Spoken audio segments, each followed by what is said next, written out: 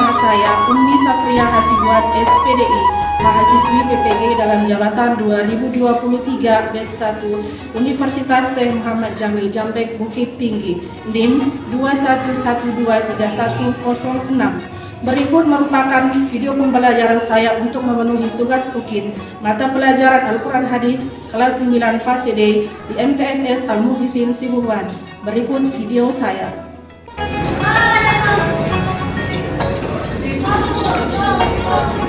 Assalamualaikum. Waalaikumsalam warahmatullahi wabarakatuh. Oke, silakan duduk.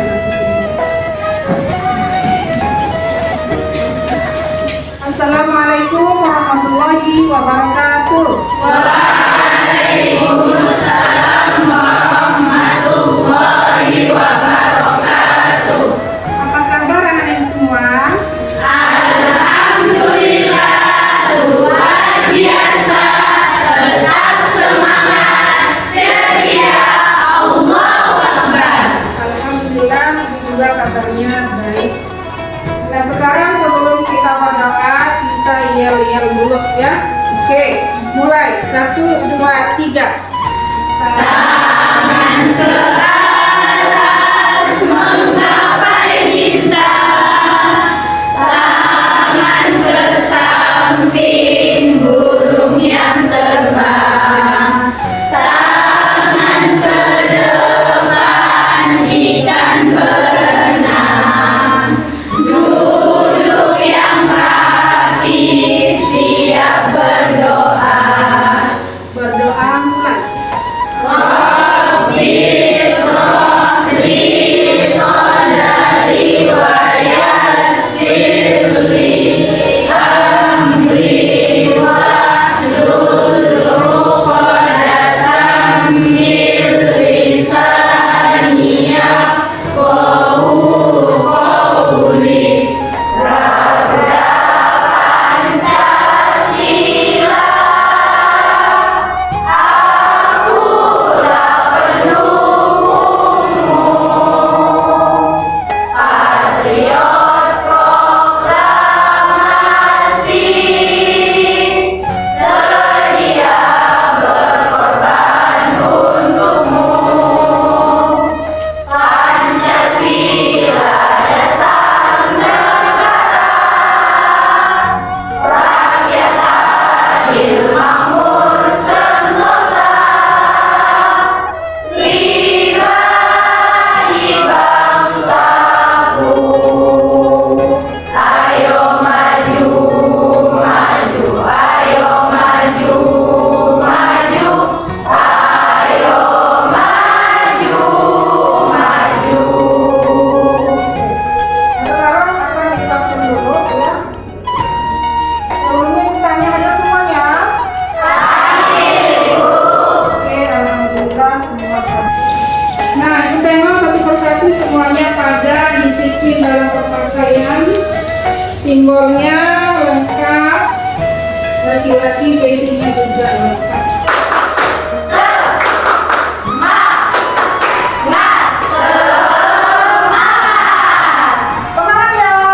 ya. Nah, sebelum kita mulai pelajaran bab yang kedua atau materi yang kedua, Ibu akan mereview pelajaran kita yang telah lalu ya, mengenai mad lazim musaqqal. Nah, sekarang Ibu bertanya sama kalian, siapa yang bisa menyebutkan satu contoh mad lazim musaqqal ini? Oke, silakan. Bismillahirrahmanirrahim. Qul atuhajjunana fillahi wa huwa rabbuna wa rabbukum. Berada di kalimat qul atuhajjunana. Oke, kasih tepuk tangan, benar. Bagus sekali. Coba, siapa lagi yang bisa yang kedua? Contoh yang kedua, coba Putri ngomong enggak? Di Quran surah An-Naziat ayat 34. Fa'idza ja'atit tammatul kubra. Berada di kalimat ati-tammatul kubra. Iya. Oke, kasih tepuk tangan, benar. Nah, sekarang siapa lagi yang Surah Al-Fatihah ayat 7. Bismillahirrahmanirrahim. Shiratal ladzina an'amta 'alaihim ghairil maghdubi 'alaihim waladdallin. Lebih tepatnya berada di dalam kalimat waladdallin. Di sini akan Ibu tunjukkan tujuan pembelajaran.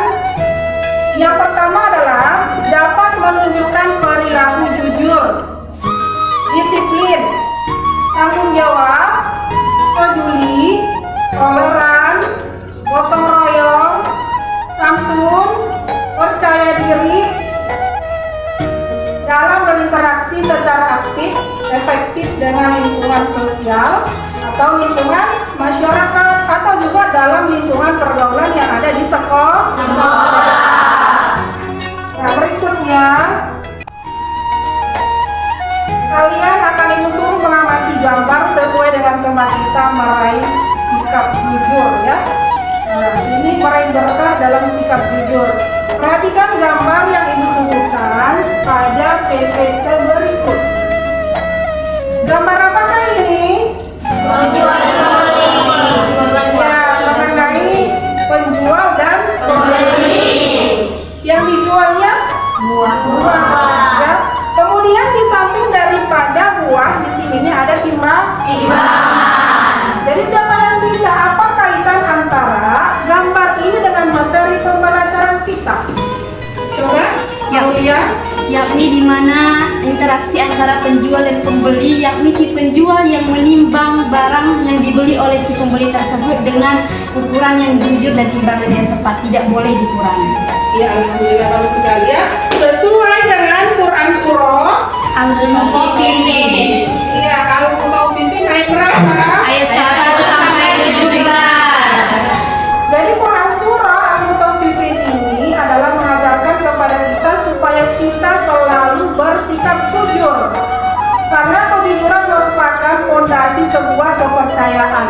Jadi kalau kita mau orang lain percaya dengan kita, kita harus jujur, menjadi seorang yang amanah ya dalam segala bentuk apapun. Terutama seperti dengan gambar ini dalam hal berjual beli.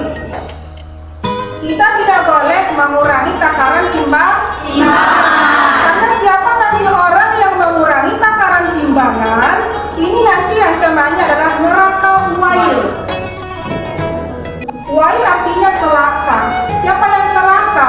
Itulah orang-orang yang mengurangi takaran atau juga timbangan.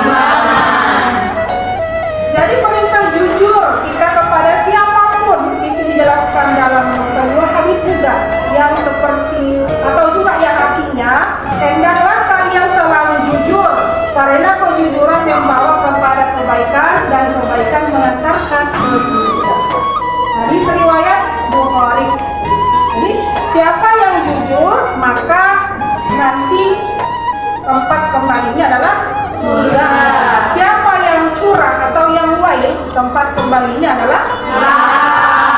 Nah, kita perhatikan berikut surah Al-Mutaffifin ayat 1 sampai dengan ayat 17. Yang pertama, ya perhatikan di sini dalam PPT yang dibuatkan Ibu. Bismillahirrahmanirrahim. Wailul lil mutaffifin. Artinya celakalah bagi orang-orang yang berbuat curang. Itulah tadi orang-orang yang mengurangi takaran timbangan. Orang yang mengambil hak milik orang lain. Jadi bertanya, orang yang curang, orang yang mengambil hak milik orang lain, apakah dia termasuk orang yang wail? Apakah salah satu contohnya koruptor, korupsi, orang yang korupsi, termasuk dia orang yang wail? Termasuk. Karena itu merupakan adalah tindakan mengambil atau merampas hak milik orang lain. Oke, yang kedua. Alladzina idza talu 'alan nasi yastawfun. Yaitu orang-orang yang apabila menerima takaran dari orang lain mereka minta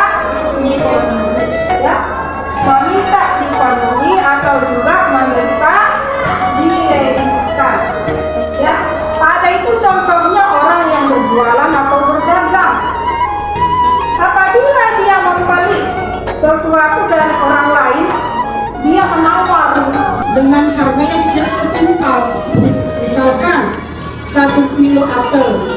Pasarannya adalah 10.000. Dia tawar menjadi 5.000. Atau bahkan dia menyuruh si penjual tadi menambah takaran atau timbangan apel itu. Itu tidak bohong. Tidak boleh. Nah, berikutnya ada juga dikatakan Waina kanuhum awwazaluhum yufsirun. Dan apabila mereka menakar atau menimbang untuk orang lain, mereka mengurangi. Kalau itu orang disetangnya timbangannya, supaya nanti pas menimbang itu lebih sedikit porsinya begitu. Sehingga ini adalah kekurangan yang sangat besar dosanya, termasuk juga orang yang hamil. Berikutnya pada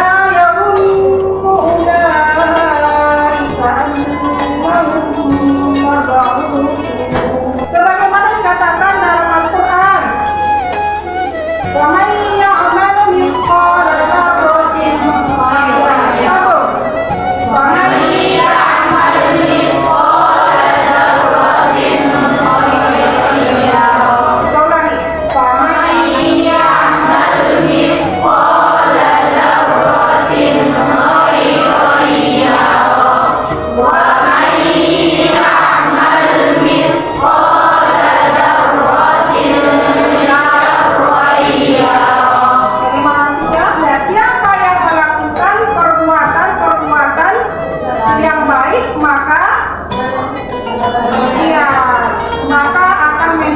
kebaikan pula.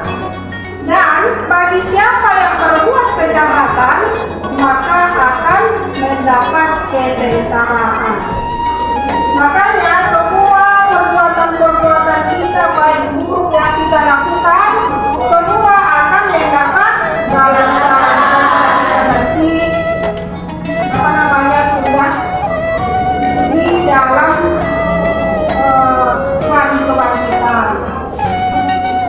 Berikutnya yaumil azim, pada suatu hari yang besar.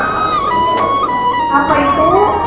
Yauma yaqumun nasu lirabbil alamin, yaitu hari ketika manusia berdiri menghadap Tuhan semesta alam. Artinya setelah kita mengalami yang namanya hari kiamat, semua manusia yang sudah meninggal akan dibangkitkan.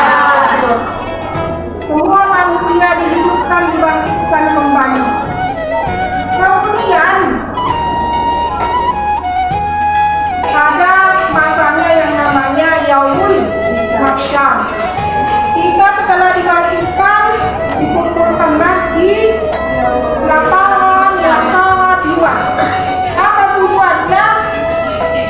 Nah, ini adalah untuk dihisab.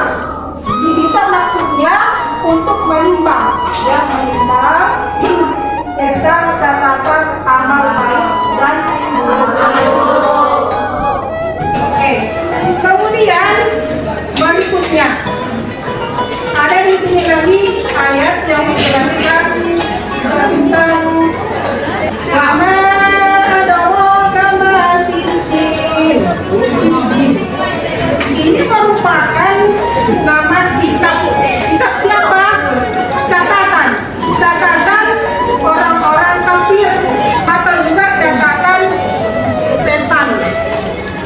Jadi segala bentuk perdosaan itu dikumpulkan dalam satu catatan yang namanya sijjin. Nah, jadi intinya kita tidak boleh berlaku curang dalam hal berdakwah.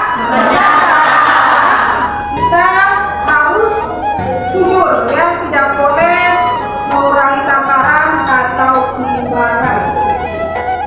Nah, sebelum Ibu melanjutkan, Ibu kembali bertanya, menurut kamu apa itu yang dimaksud dengan jujur? Mbak, boleh? Iya, Sekar, coba. Jujur itu adalah sikap atau perilaku yang berkata apa adanya meskipun dia pahit. Ya, berkata apa adanya selalu hakim. Itu kan dari segi perkataan.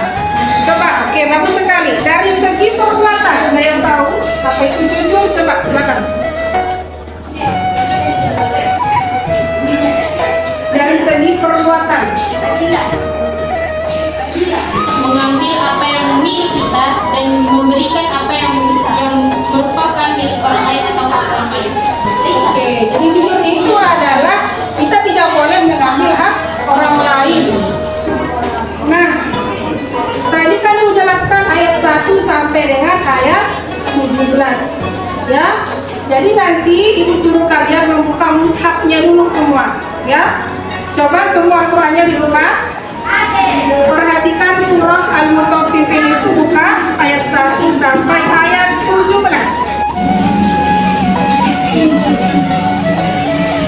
Sebentar.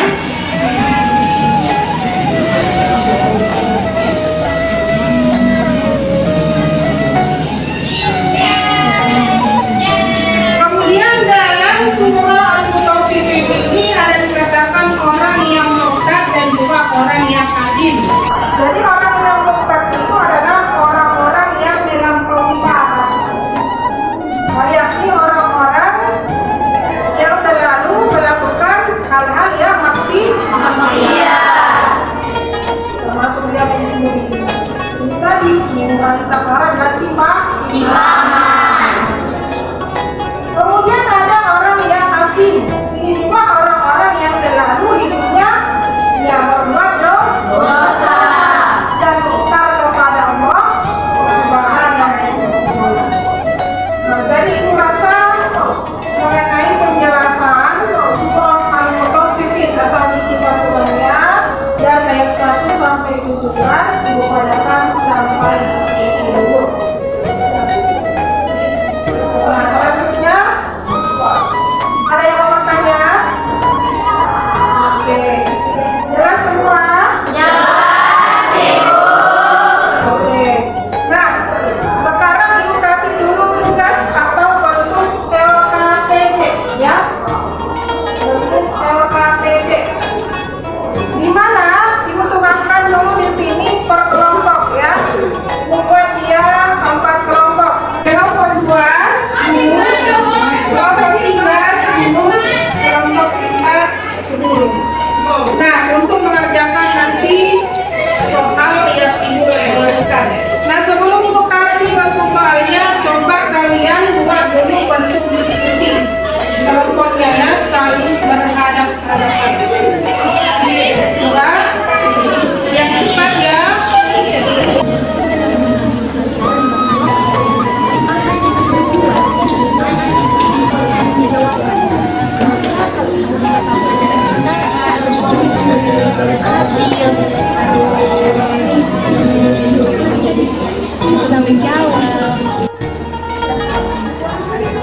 Silakan berdiskusi.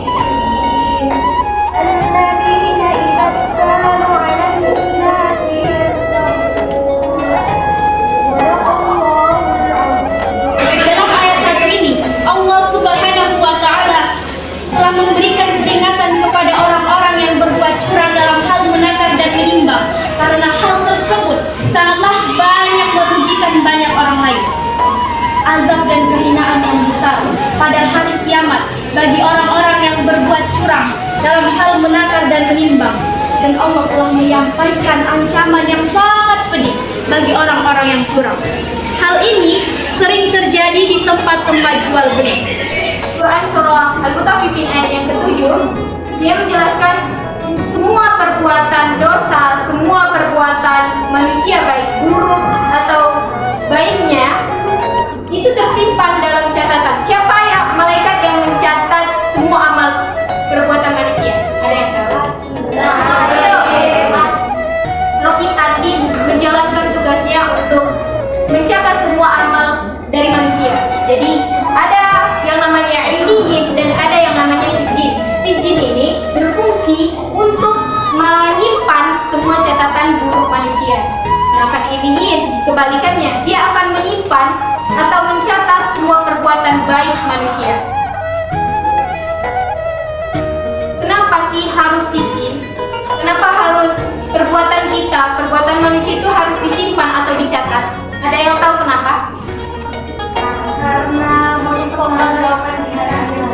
Betul. Tapi lebih lengkapnya, buku kitab sijil atau illiyin ini itu untuk dipertanggungjawabkan. Pertama, yang kedua, sehingga manusia tidak bisa mengelak. Karena kenapa? Nanti akan di hari kiamat nanti akan dibuat kayak film layar lebar. Itu akan kita tonton bersama. Semua manusia akan menonton apa perbuatan dia. Misalnya apa perbuatan dia selama di bangku dia, apa perbuatan dia selama di sekolah. Silakan.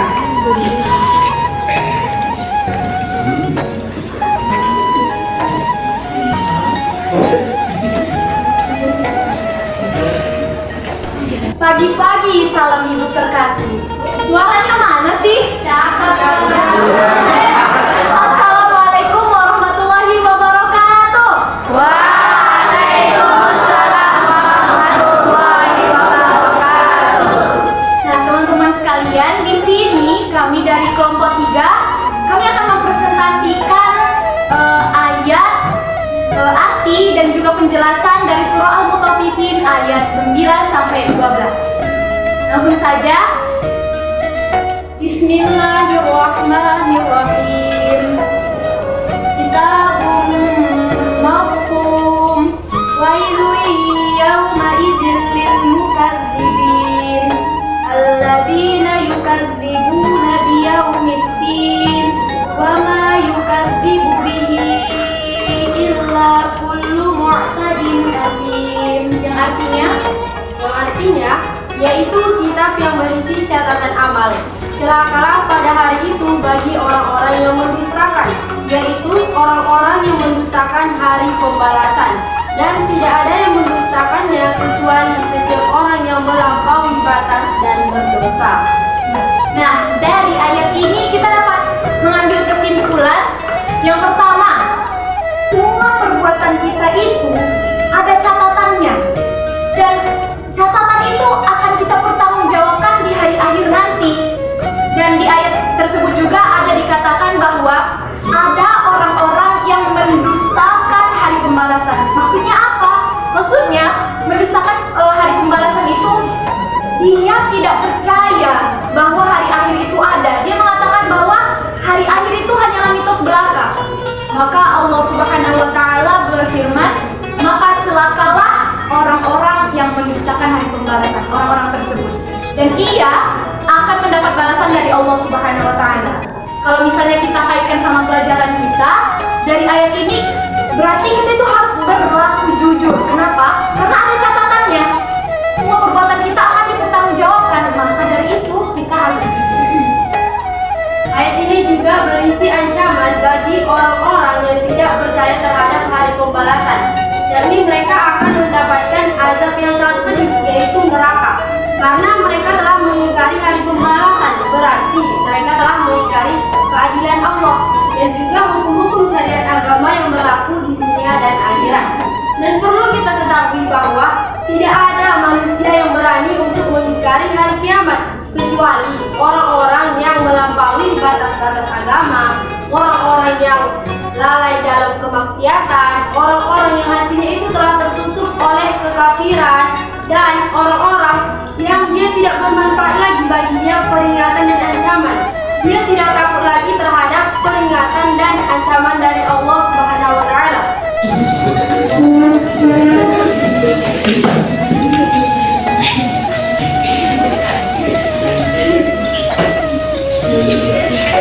Bismillahirrahmanirrahim. إذا تتلى عليهم آياتنا قال أساطير الأولين كلا بل ران على قلوبهم ما كانوا يكسبون كلا إنهم عن ربهم يومئذ لمحجوبون. Artinya ayat 13 artinya, dan apabila dibacakan kepadanya ayat kami, dia berkata itu adalah dongeng-dongeng orang dahulu. Jadi mana banyak orang-orang sudah dibacakan Allah kepadanya ayat-ayat tersebut, dia mengira bahwa itu adalah dongeng-dongeng yang dibuat-buat seperti kita. Apakah kita percaya kepada orang tua kita? Menganggapnya ada? Ada. Itulah. Apabila kita percaya kepada orang tua kita, juga percaya kepada Allah. Yang dimana apabila dibacakan kepada kita ayat-ayatnya, itu benar-benar pasti ada. Dan kandungan isi ayat 14 ya, bahwa setiap apa-apa yang mereka lakukan, apa-apa yang mereka buat, sebenarnya tidak ada gunanya lagi bagi mereka. Mana mereka meyakini amanah apa yang mereka buat itu hanya sia-sia, tidak ada gunanya. Bagaimana yang dibilang oleh Imam Syafi'i, ilmu sesuatu amalan tanpa ilmu akan sia-sia. Dan kandungan isi 15, mereka mengira bahwa mereka akan masuk surga dan bertemu dengan Allah Subhanahu wa taala. Padahal orang-orang yang masuk surga bersama Allah adalah orang-orang yang sedang diuji kesabarannya, diuji segala sesuatu seperti timpa musibah, dan bukanlah mereka. Bismillahirrahmanirrahim. Tsumma innahum lasalul jahim, yang artinya kemudian sesungguhnya mereka benar-benar masuk neraka. Jadi ayat tersebut mempertegaskan hukuman bagi mereka yang sering berperilaku buruk sesuai dengan surah Al-Zalzalah ayat 7 sampai dengan 8 yang berbunyi, "Faman ya'mal mithqala dzarratin khairan yarah wa man ya'mal mithqala dzarratin syarran yarah." Artinya, barang siapa yang mengerjakan kebaikan sebesar biji zarrah, maka kelak dia akan mendapatkan balasannya. Begitu juga dengan mereka yang sering mengerjakan amal buruk sebesar biji zarrah, mereka kelak akan mendapatkan balasannya juga. Ayat 17 menjelaskan, "Hadzal tsumma yuqalu hadzal ladzi kuntum bihi tukadzibun." Kemudian dikatakan kepada mereka, inilah azab yang dahulu kamu dustakan. Jadi ayat ini menjelaskan bagaimana penderitaan mereka kelak nantinya di hari kiamat, bahwa setelah mereka diperlihatkan oleh Allah azab-azab yang akan mereka dapatkan, sudah mereka akan menyesal. Oke, mungkin sekian dari kami. Kami akhiri dengan salam. Assalamualaikum warahmatullahi wabarakatuh.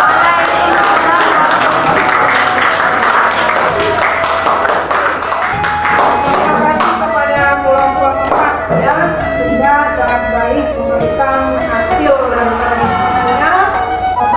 Dan nanti masing-masing daripada kelompok akan ibu masukkan ke penilaian harian kedua ya. Masing-masing nanti akan ibu buat nilainya di sini. Nah, ibu rasa demikian dulu pembelajaran kita. Sebelumnya ibu tanya mengenai refleksi. Apakah kalian senang belajar dengan materi yang disuguhkan?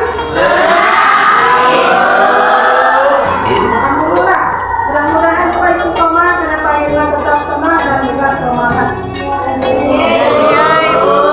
Nah, sebelum Ibu akhiri dengan salam,